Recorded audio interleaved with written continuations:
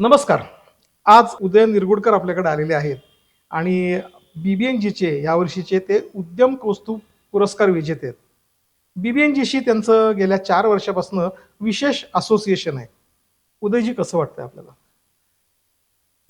BBNG हा एक अतिशय उत्तम प्लॅटफॉर्म आहे की ज्यामधून उद्योग वृद्धी आणि त्या उद्योग वृद्धीतून क्रिएटिंग वेल्थ, जो माझ्या अत्यंत जिव्हाळ्याचा विषय आहे, उद्यमिता वाढवणे आणि विशेषतः ती मराठी माणसाची आणि ब्राह्मणांची वाढवणे, ह्या कामाकरता स्थापन झालेली BBNG ही एक अतिशय महत्त्वाची संघटना आहे आणि त्यांच्याशी असोसिएट होण्यात मला कायम आनंद मिळतो. सर तुमचा एक मी रेडिओ स्पीच किंवा क्लिप ऐकली होती, ज्यात तुम्ही आपल्या आजोबांविषयी खूप सुंदर सांगितलेलं आहे. मी ती क्लिप 2दा ऐकली.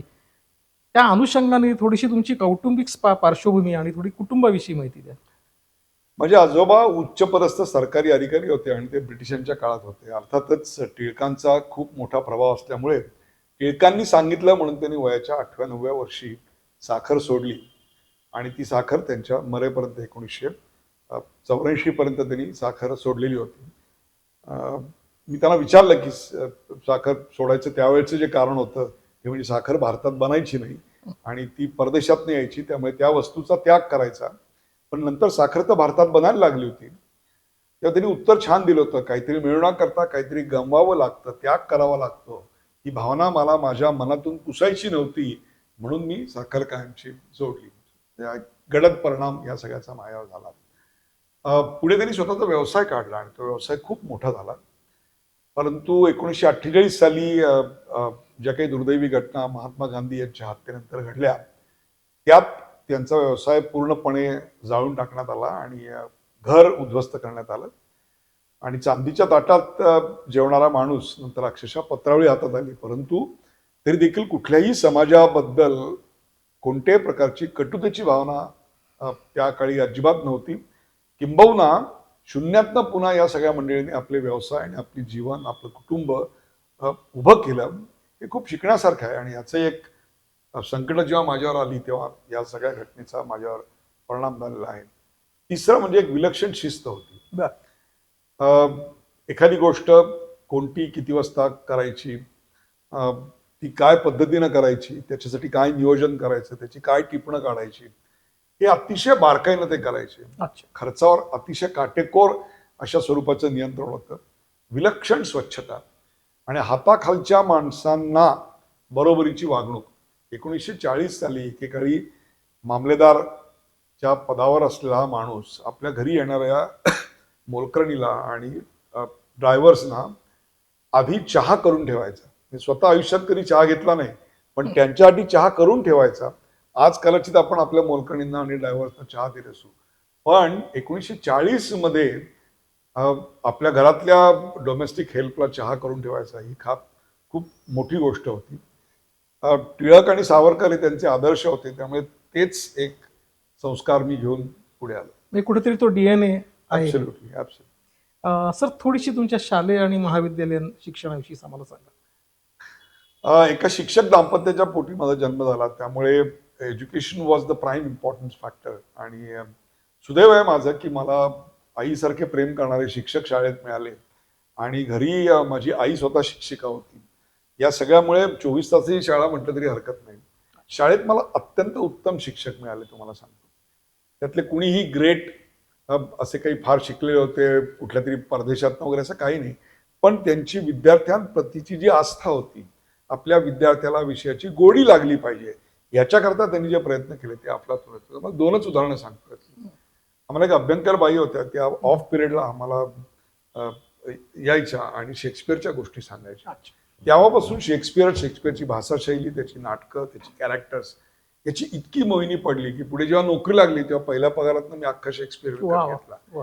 परदेशात गेलो तेव्हा 18 महिन्याच्या स्कॉलरशिपच्या शेवटी मी इंग्लंडला येणार होतो. तेव्हा 18 महिने आधी 9 सोन्याची फुलं करून घेतली होती आणि 18 महिने ती बॅगमध्ये बाळगली आणि नंतर ती शेक्सपियरच्या समाधीवर वाहिली. का तर बाईंनी शाळेमध्ये असताना अनेक वर्षापूर्वी, 10-12 वर्षापूर्वी इथे डोक्यात गिरमिट सारखं घट्ट बसवलं होतं की शेक्सपियरनी 9 रसाची निर्मिती केली. हे भाग्य कोणाला लावणार आहे.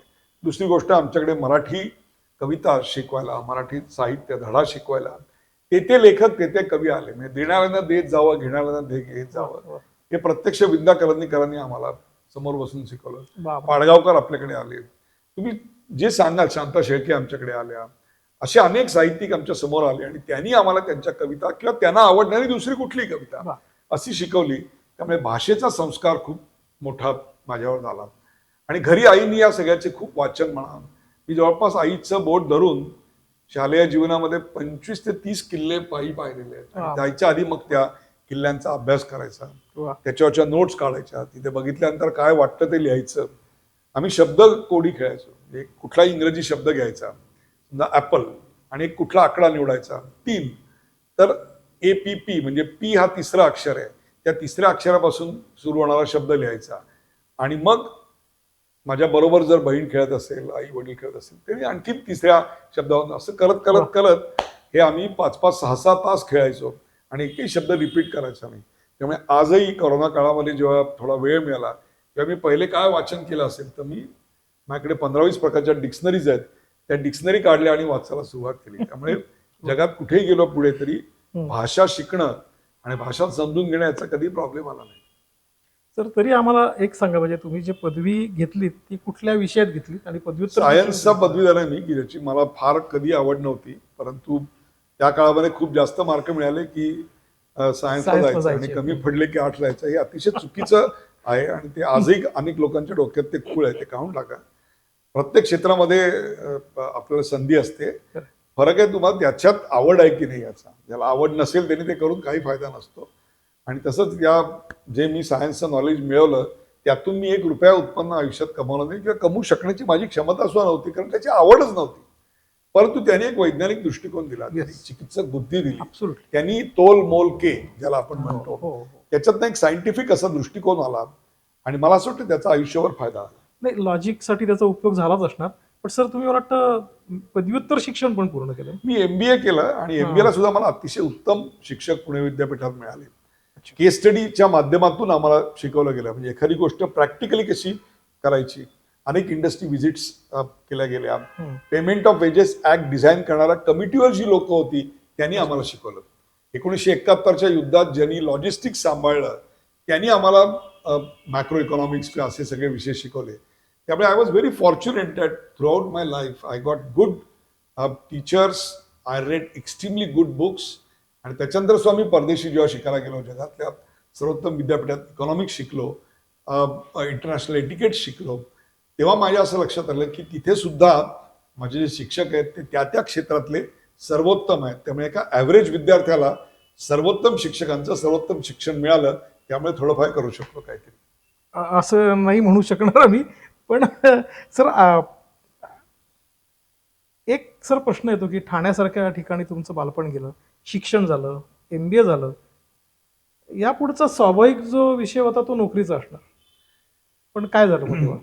त्यावेळा व्यवसाय करायचं माझ्या डोक्यावर होतं आणि त्या दृष्टीनं काही जुळाजुळं सुरू झाली होती. परंतु पहिलाच जॉब जो मला मिळाला तो टाटा उद्योग समूहामध्ये. आणि त्यातलं जे तुम्ही यंग असाल आणि टाटा उद्योग समूहात जर तुम्हाला संधी मिळाली तर ते जे ग्रूमिंग तुमचं होतं, तुमची जी जाणीवपूर्वक तुम्हाला काय काय गोष्टींना एक्सपोज करून तुम्हाला वरती येण्याकरता संधी दिली जाते, ती अफलातून होती.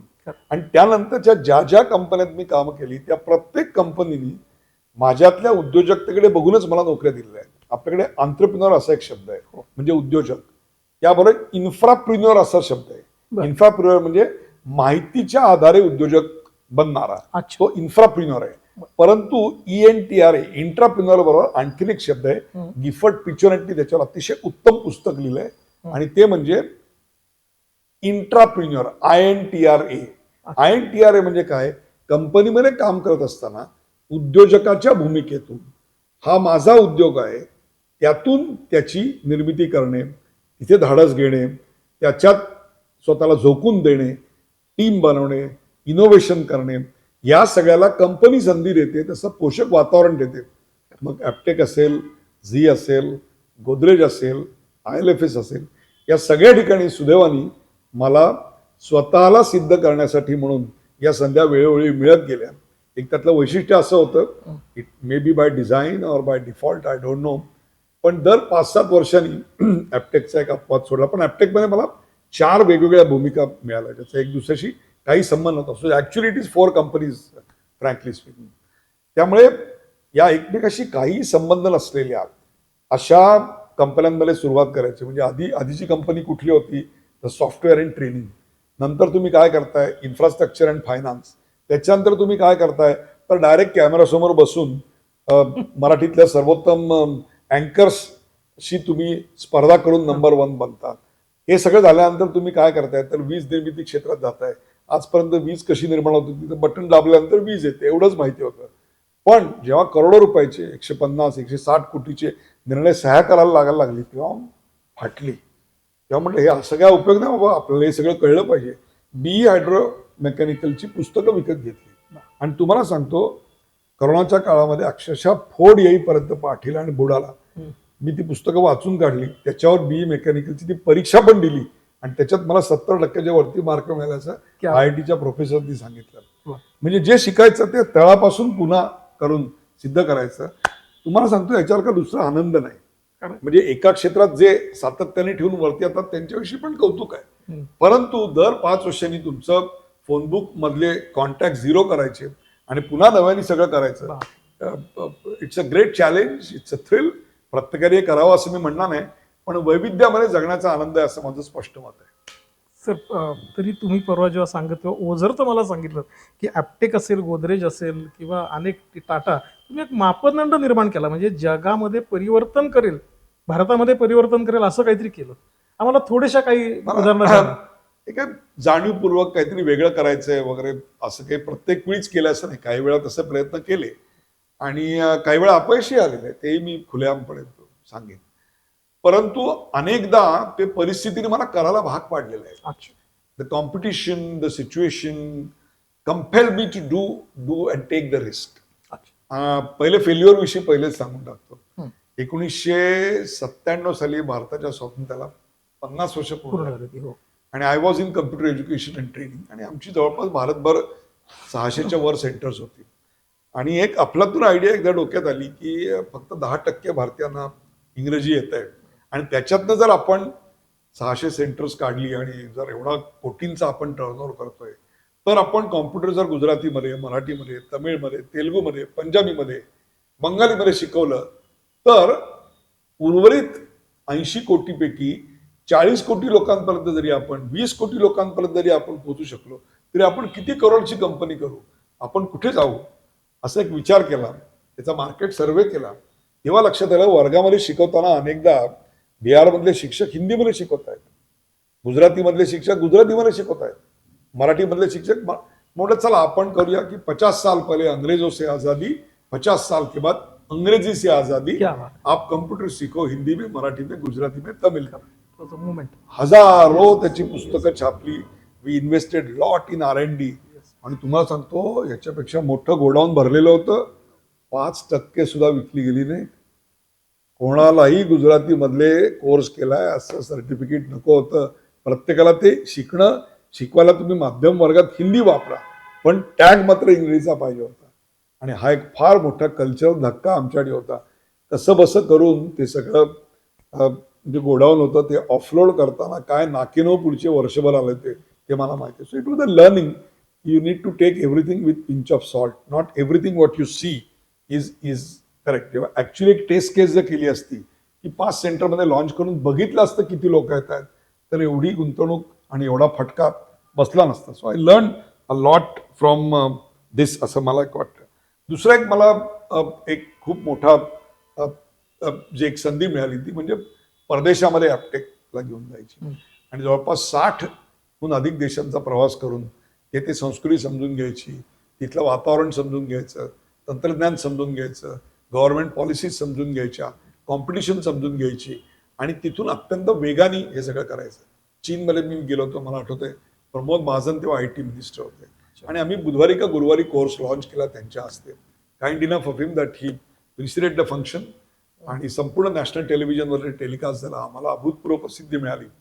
शनिवार रविवारी आम्ही दोघं, मला वाटतं बीजिंगच्या फ्ली मार्केट ज्याला आपण म्हणतो रस्त्यावरचं, त्याच्यात आम्ही फिरत होतो आणि पाहत होतो आमची पुस्तकं कलर झेरॉक्स मारून तिथे विकायला 1/4 किमतीमध्ये.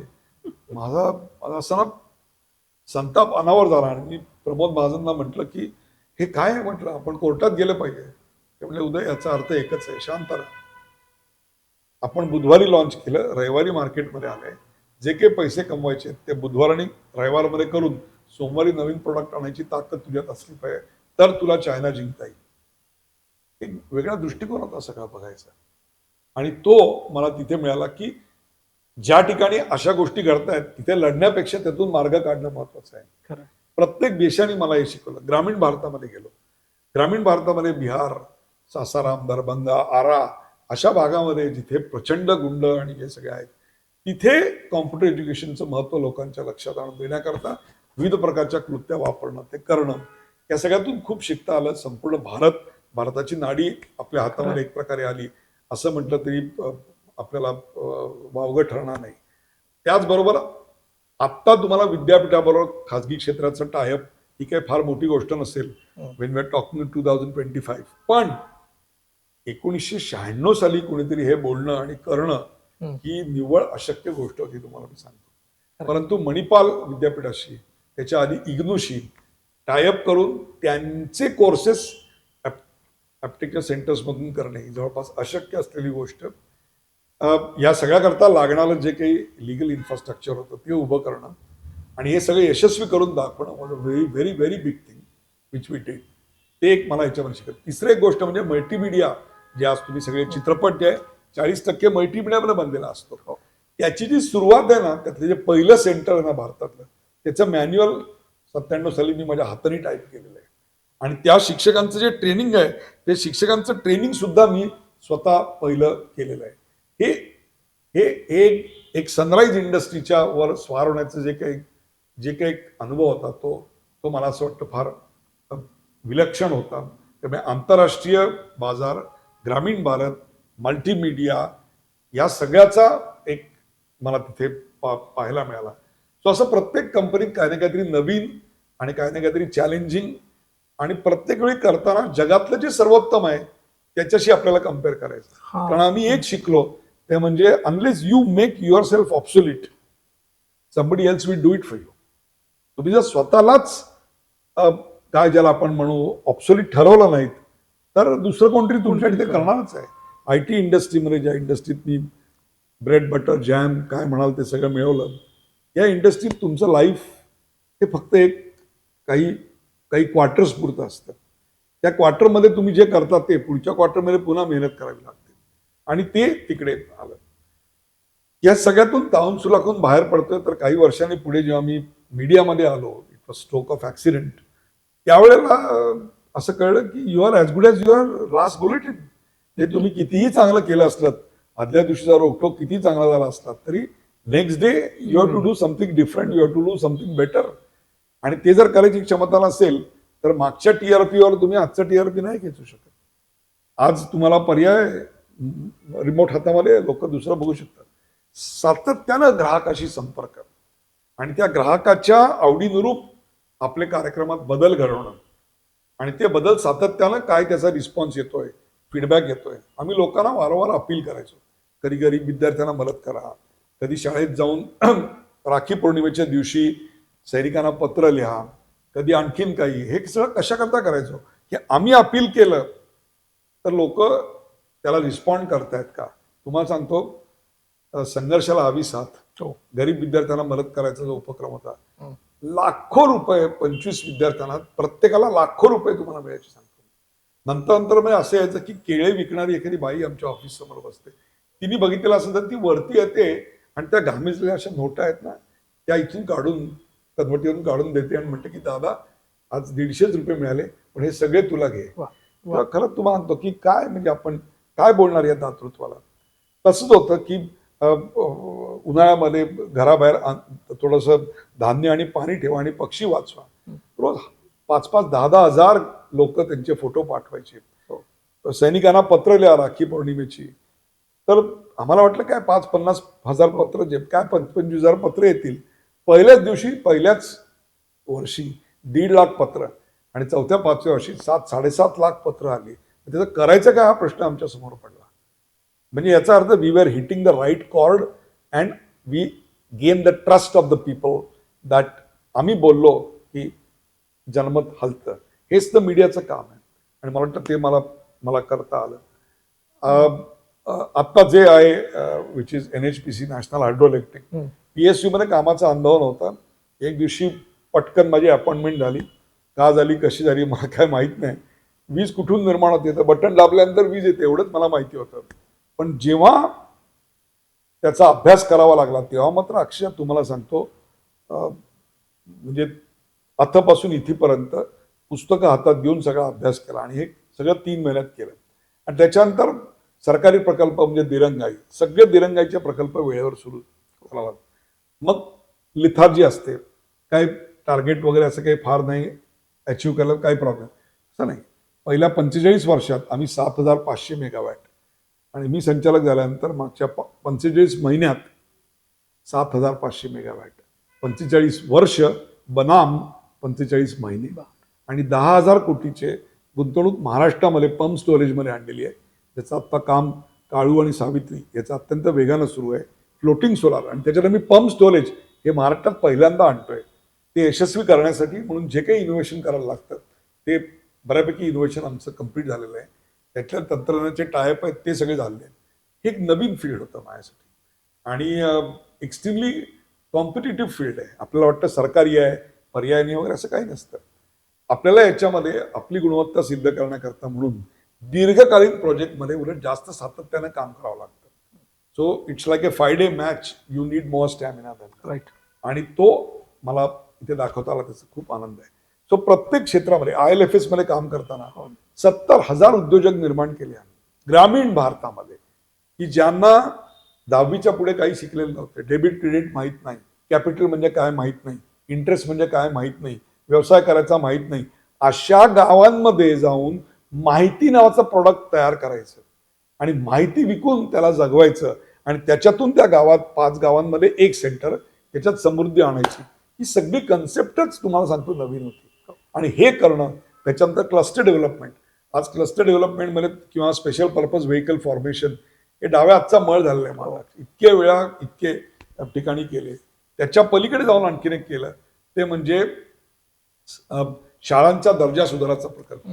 आपल्याकडे 80% मुलं ही महानगरपालिका, नगर परिषदा, ग्रामपंचायत या शाळेत शिकतात. त्यांचा दर्जा मी काय बोलायची गरज नाही आणि त्या शाळांचं इन्फ्रास्ट्रक्चर हेही आपल्या सगळ्यांना माहिती आहे.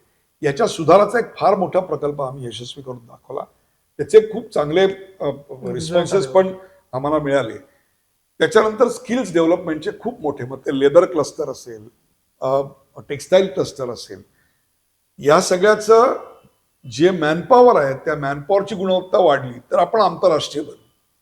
मग ती बनवण्याकरता म्हणून जे जे शक्य आहे ते ट्रेनिंग प्रोग्राम्स भरपूर कंडक्ट केले आणि त्यातून त्यांची उत्पादकता आणि त्यातून त्यांची प्रॉफिटेबिलिटी वाढली. अशा प्रकारचे अनेक उद्योजक उभे करायचे अनुभव विविध क्षेत्रातले हे मला असं वाटतं मलाच समृद्ध करणारे होते. ते समृद्ध झाले वगैरे या गोष्टी वेगळी आहे.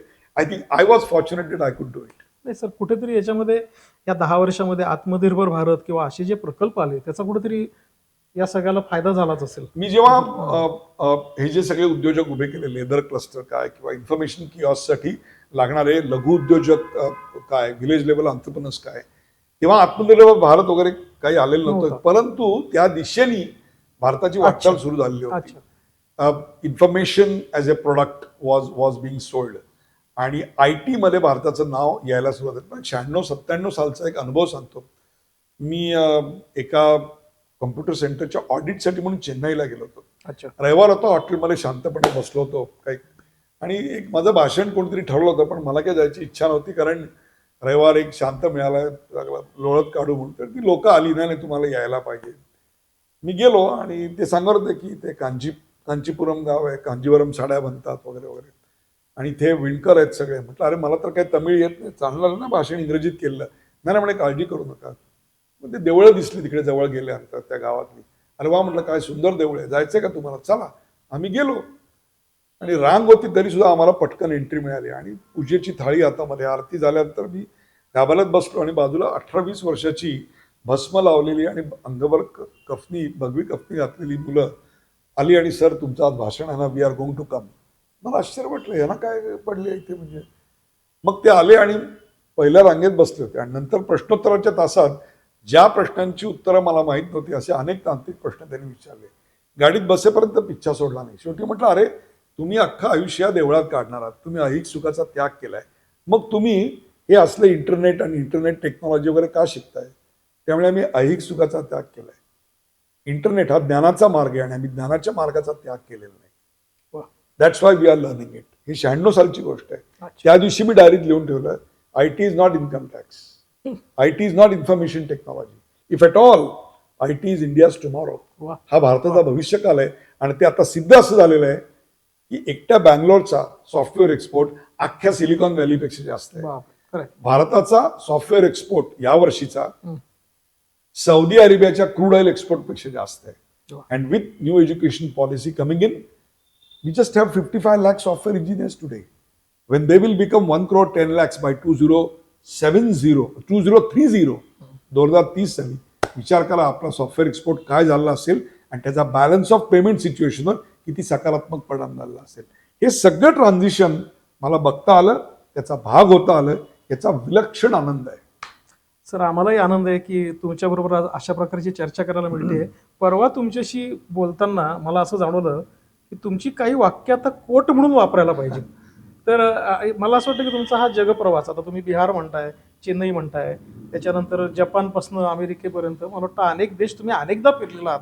जगप्रवास, त्याच्यानंतर भारत प्रवास आणि मला वाटतं 4-5 हजारापेक्षा जास्त पुस्तकांचं वाचन. थोडीशी आम्हाला याची कल्पना द्या ना, म्हणजे कसं घडत गेलं. पुस्तक काही पूर्णपणे वाचलं नाही, परंतु चाळलंय मात्र. त्यातले रेफरन्सेस मात्र नक्की शोधलेले आहेत. पुस्तकांची आवड तर लहानपणापासून, त्यामुळे पैसे मिळवून काय करायचं तर पुस्तकं विकत घ्यायची, संगीत ऐकायचं आणि फिरायचं, एवढीच माझी कल्पना आहे. ती आजही तितकी कायम आहे. मला असं वाटतं पुस्तकं वाचून तुम्हाला एक कक्षा रुंदावतात, प्रवास करून तुम्हाला त्या कक्षा रुंदावण्याला एक कोंदण मिळतं, एक दृष्टिकोन या सगळ्यातनं मिळतो. तिथली माणसं, लोकजीवन, संस्था जीवन, तिथले उद्योग व्यवसाय, हे तुम्हाला बऱ्याच गोष्टी शिकवत जातात. फक्त तुम्ही शिकण्याची वृत्ती ठेवली पाहिजेत. आणि मला असं वाटतं की ही वृत्ती मला माझ्या शिक्षणानं दिली आणि ती संधी परमेश्वरानं उपलब्ध करून दिली. त्यामुळे हे सगळं करता आलं. शिक्षण घेत असताना तुम्ही काय शिकता यापेक्षा सुद्धा सर्वात महत्वाचं काय माहिती आहे का, how long you are going to carry in your life. Are you a life long student? एकदा शिक्षण घेतलं आणि ते सोडून दिलं असं होत नसतं. You need to be a life long student for that. मला असं वाटतं ते शिक्षणानं दिलं, याचा मला फार आनंद आहे. इथे मी थोडीशी एक गोष्ट सांगू इच्छितो की खरं तर PhD करणारा विद्यार्थी असतो, पण इथे आपल्याला PhD करणारा उद्योजक भेटणार आहे. का माहिती आहे का? कारण PhD हा त्यांच्यासाठी एक वेगळा उद्योग होऊन गेला होता. सर, आम्ही ती 15 वर्षाची कथा मी ऐकलेली आहे थोडी, जरा ती, आणि तुम्ही थोडी गमतीशीर पद्धतीने सांगता. मला माहिती आहे त्याच्यात काय अडचणी आल्या असतील, जरा आम्हाला अनुभव आहे ऐकायला. पुण्यामध्ये MBA झाल्यानंतर एकच व्यसन होतं, ते म्हणजे पुस्तकं वाचणे. आणि 2 पुस्तकं मी वाचली, सेलिंग ऑफ प्रेसिडेंट आणि मेकिंग ऑफ प्रेसिडेंट. अमेरिकेचा राष्ट्राध्यक्ष मार्केटिंगच्या अँगलने कसा प्रचार तंत्र वापरलं होतं याचं त्याच्यात वर्णन होतं. हा सगळा काळ आहे तो 1986-87 आहे. त्यावेळी उत्तम नोकरी होती. पहिल्या 3 महिन्यापासून माझ्याकडे शोफर ड्रिव्हन गाडी आलेली होती, टाटा कंपनीत नोकरी होती. पण त्या पुस्तकाने मला अस्वस्थ केलं आणि खुणावायला लागलं की marketing of political party. So consumer marketing मधले जे प्रिन्सिपल्स आहेत, कन्झ्युमर मार्केटिंगचे टूल्स, टेक्निक्स, मॉडेल्स आहेत, ते सगळे पॉलिटिकल मार्केटिंग मध्ये कन्वर्ट करायचे. So you have market research over here, you convert in to opinion poll. You have product marketing, you have candidate marketing, you have company positioning, you have party positioning, you have market segmentation, you have voter segmentation. हे सगळं 86-87 ला वाचून मी थरारून गेलो. आज तुम्हाला हे सगळं खूप सोपं वाटेल, कारण प्रशांत किशोर, अमुक तमुक बऱ्याच लोकांनी पुढे नंतर हे केलं. हे मी सगळं 86-87 ला अनुभवलं आणि म्हटलं आपण डॉक्टरेट केली पाहिजे. म्हणून हजारो रुपये त्या काळात महिना येणारी गाडी घोडा असलेली नोकरी मी सोडली आणि डॉक्टरेट करायला रजिस्ट्रेशन केलं. आणि 9 महिन्यानंतर मला विद्यापीठाने सांगितलं की मार्केटिंग ऑफ पॉलिटिकल पार्टीज असा काही विषय नसतो, तेव्हा धन्यवाद पारिसमाप्ती की घोषणा. माझ्यावर कुऱ्हाडच कोसळली. MBA ला एवढे चांगले मार्क, पहिला नंबर वगैरे सगळे, आणि काय मिळवलं आयुष्यात? तर नोकरी सोडून बसला हजारो रुपयाची. आणि काय करतो तर काय नाही, लकडी पुलावर उभा राहून त्या पाण्याकडे शांतपणे बघत बसतो. आणि मग तिथे TMTC मध्ये training centre, Tata management training सेंटरला कधी कधी ट्रेनिंग प्रोग्राम घ्यायला यायचो. तर तिथल्या एका संचालकाने विचारलं, क्या हो गया, उदास क्यों आहे? सगळी स्टोरी कोणतरी सांगितली. तो अरे हा विषय फार इंटरेस्टिंग आहे, पुस्तक का लिहित नाही? त्याच्यावर पुस्तक लिहिलं, political marketing Indian experience from 1952 to 84 parliamentary elections. आणि ते पुस्तक मग पुढे अमेरिकन अनेक विद्यापीठामध्ये त्यांनी रेफरन्स बुक वगैरे घेतलं. त्याचा रिव्ह्यू आमच्याच एका प्राध्यापकांनी लिहिला आणि त्यांनी लिहिलं एक्सलंट बुक ऑन मार्केटिंग. आणि त्यांनीच हा विषय मार्केटिंग नाही म्हणून माझी PhD रद्द केली होती. मी ते दोन्ही त्यांच्याकडे घेऊन गेलो. ते अहो एवढ्या रोज सह्या करतो, आम्हाला काय कळतं का कशावर सह्या करतो? पण त्याच्यामुळे एका माणसाची करिअर उद्ध्वस्त झाली असती. पुढे मी कोरस कंपनीत जॉईन झालो आणि पायगुण म्हणा, ज्या ज्या राज्यात गेलो, जवळपास भारतातली सगळी राज्य फिरलो मी तेव्हा. जिथे जायचो तिकडे ती राज्याची निवडणूक असायची किंवा काही ना काहीतरी कुठली तरी म्युन्सिपालिटी निवडणूक असायची. मग त्याचा अभ्यास होत गेला. मग लोक का मतदान करतात, कसं करतात, काय करतात, प्रचार काय आहे या सगळ्याचा. मग शेवटी एक दिवस ठरवलं की by the time IT training मिळालं होतं, I was well settled in life. आणि प्रमोद महाजन यांचा आग्रह होता आणि त्याच्यामुळे I left good paying job in Godrej and started doing doctorate on political marketing. तेव्हा पुन्हा 18 महिने सॅबॅटिकल घेऊन भारतातले जवळपास 2/3 मुख्यमंत्री, 10,000च्याहून अधिक माणसं, advertising agencies, campaign managers, poll spinners, या सगळ्यांशी अत्यंत जवळून मी संपर्क केला आणि त्यांचे मर्म जाणून घेतला. आणि त्याच्यावर तो थिसिस लिहिला की आजही त्या विषयाकरता मला देशात परदेशात अनेकदा बोलावलं जातं आणि अनेक पॉलिटिकल पार्टीज सुद्धा मला त्याकरता बोलवतात. 1988चं माझं रजिस्ट्रेशन. फायनली 2006ला मला डॉक्टरेट मिळाली. याचं कारण मध्ये थिसिस तयार झाला, पहिले तर विद्यापीठाने नाकारला, मग ती लढाई जिंकली, मग पुन्हा रजिस्ट्रेशन केलं. रजिस्ट्रेशन करून थिसिस तयार झाला आणि तो सबमिट करायचा तर काहीतरी ऐतवेळी काम निघालं. पण थिसिस आणि फ्लॉपीज, त्यावेळेला मोठ्या फ्लॉपीज असायच्या, इंटरनेट वगैरे काही नव्हतं 91 साली. त्या सगळ्या मी एका ठिकाणी ठेवलेल्या होत्या आणि ऑफिसच्या कामाला अचानक पुण्याच्या ऐवजी इंदोरला गेलो. येऊन बघतो काय ऑफिस जळलेलं होतं आणि सगळ्या थिसिस जळून खलास, कुठलाही बॅकअप नाही. पुनश्च हरिओम, पुन्हा सगळ्याची सुरुवात केली आणि मग शेवटी फायनली मग त्यांनी सांगितलं की नाही, याचं पुस्तक प्रकाशित झालंय, म्हणजे ऑलरेडी पब्लिश्ड आहे, त्याच्यावर तुम्हाला डॉक्टरेट कशी द्यायची. मग ते पुन्हा सव्य करत शेवटी 2006 साली मला ती डॉक्टरेट मिळाली.